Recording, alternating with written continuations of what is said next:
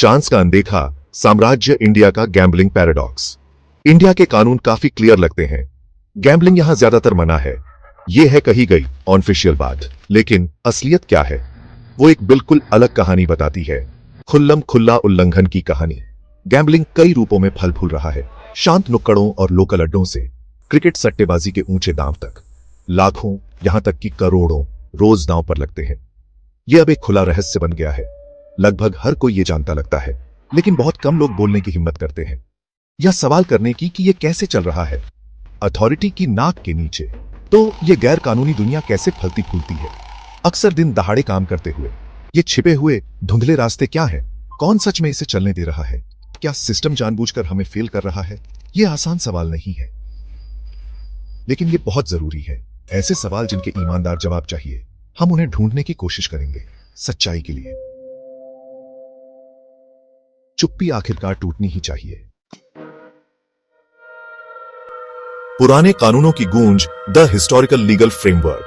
हमारा मुख्य गैम्बलिंग कानून बहुत पुराना है, एक बीते हुए कॉलोनियल युग की निशानी। दी पब्लिक गैम्बलिंग एक्ट ऑफ 1867। यह कानून ब्रिटिश शासकों ने बनाया था, तब अपनी एडमिनिस्ट्रेटिव सहूलियत के लिए। इसका असली मकसद काफी अलग था। आज इसकी जरूरत पर अक्सर सवाल उठते हैं, क्या यह सच में मॉडर्न इंडिया के काम आता है या यह असली समाधानों में रुकावट डालता है? यह एक बुनियादी बहस है। यह लेजिस्लेशन अब सचमुच पुराना हो चुका है। यह एक पुराने औजार जैसा लगता है, आज की मुश्किल दुनिया के लिए बिल्कुल नाकाफी। गैप 2S, खासकर विशाल बिना सरहदों वाली इंटरनेट की दुनिया के लिए। ऑनलाइन गैम्बलिंग तब थी ही नहीं, तो पुराना कानून ज्यादातर चुप है। इस कानूनी चुप्पी का खूब फायदा उठाया जाता है उन लोगों द्वारा जो इस गोलमाल से मुनाफा कमाते हैं। एक ऐसी कमी जिस पर तुरंत ध्यान देने की जरूरत है, इससे पहले कि और नुकसान हो। इंडियन स्टेट्स की भी अपनी बात होती है। कुछ स्टेट्स सेंट्रल एक्ट को मानते हैं, दूसरों ने अपने खास कानून बनाए हैं। गोवा और सिक्किम इसके खास उदाहरण हैं। उन्होंने कुछ तरह की गैम्बलिंग को लीगल कर दिया है। इससे और भी ज्यादा लीगल कंफ्यूजन होता है। द डिजिटल मेज ऑनलाइन गैम्बलिंग कानून से कैसे बचता है? इंटरनेट कोई फिजिकल बॉर्डर नहीं जानता। ये इसकी क्रांतिकारी खास ताकत है और साथ ही इसकी सबसे बड़ी रेगुलेटरी चुनौती भी। ऑनलाइन गैम्बलिंग वेबसाइट्स दुनिया भर में चलती हैं, अक्सर दूर दराज के देशों में होस्टेड होती है, इंडिया के सीधे कानूनी दायरे से बाहर, जिससे उन्हें कंट्रोल करना बहुत मुश्किल हो जाता है। हमारी एजेंसीज के लिए वाकई बहुत मुश्किल। चूहे बिल्ली का लगातार खेल, जिसमें कानून हमेशा पीछे रहता है। ये ऑनलाइन प्लेटफॉर्म्स एक चालाक दावा करते हैं। वे अक्सर कहते हैं, हम स्किल गेम्स ऑफर करते हैं, रमी जैसे पॉपुलर कार्ड गेम्स या पोकर जैसे स्ट्रैटेजिक गेम्स, और असली मैचों पर आधारित फैंटेसी स्पोर्ट्स। क्या ये सच में स्किल के गेम्स हैं या ये सिर्फ किस्मत का खेल है जिसे अलग तरह से लपेटा गया है? ये चलती हुई बहस उन्हें फलने फूलने में मदद करती है। जब तक कोर्ट्स फैसला लेने में काफी समय लगाती है, प्लेटफॉर्म्स आजादी से चलते रहते हैं। इंडियन पैसा उन तक कैसे पहुंचता है? बहुत कॉम्प्लेक्स, कई परतों वाले पेमेंट रूट्स के जरिए। इंटरनेशनल पेमेंट गेटवेज अक्सर इस्तेमाल होते हैं। कभी कभी लोकल एजेंट्स और कॉन्टैक्ट्स मदद करते हैं इन ट्रांजैक्शंस के नेचर को छिपाते हुए। इनके खिलाफ कार्रवाई करना एक बहुत बड़ी प्रॉब्लम है। इस डिजिटल पैसे को ट्रैक करना मुश्किल है। सेक्शन 4 दी माइंड्स ट्रैप ऑनलाइन प्लेटफॉर्म्स की साइकोलॉजिकल टैक्टिक्स। ये ऑनलाइन प्लेटफॉर्म्स चालाकी से डिजाइन किए गए हैं। ये आपको माहिर तरीके से फंसाने के लिए बनाए गए हैं, सिर्फ कैजुअल एंटरटेनमेंट के लिए नहीं, बल्कि आपसे और पैसे खर्च करवाने के लिए। सोफिस्टिकेटेड पर्सुएसिव टेक्नोलॉजी का बड़े पैमाने पर इस्तेमाल होता है। हर छोटी से छोटी डिटेल बड़ी सावधानी से प्लान की जाती है ताकि आप वो बटन क्लिक करते रहे, ताकि आप एक और बेट लगाते रहे। ये मैनिपुलेशन का एक साइंस है जो इंसानी साइकोलॉजिकल कमजोरियों को टारगेट करता है। वे अक्सर शुरुआत में फ्री पैसे ऑफर करते हैं, वेलकम बोनस। वे बड़े दिल से इन्हें कहते हैं। छोटी शुरुआती जीत आपको कॉन्फिडेंट महसूस कराती है।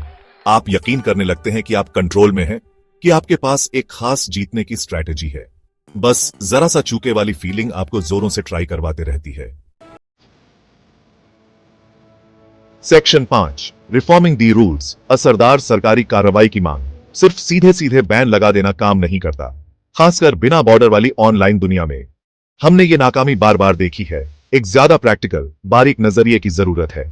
सोच समझकर रेगुलेशन एक बेहतर जवाब हो सकता है। एक मुश्किल, कॉम्प्लेक्स लेकिन जरूरी कदम।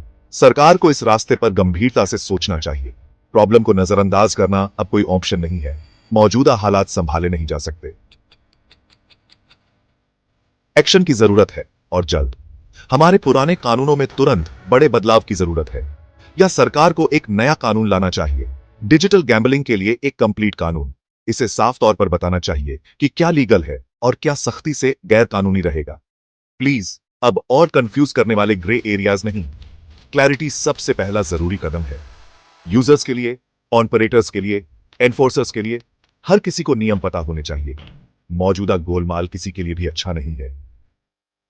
अगर रेगुलेट किया जाता है तो जायज ऑपरेटर्स को लाइसेंस दें और उनके बड़े मुनाफे पर सही तरीके से टैक्स लगाएं। यह नया रेवेन्यू समाज की मदद कर सकता है। यह पब्लिक अवेयरनेस कैंपेन्स को फंड कर सकता है।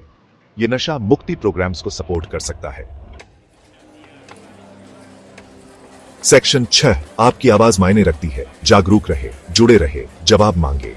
गैम्बलिंग की प्रॉब्लम बहुत कॉम्प्लेक्स है। यह समाज के अंधेरों में चुपचाप पनपता है।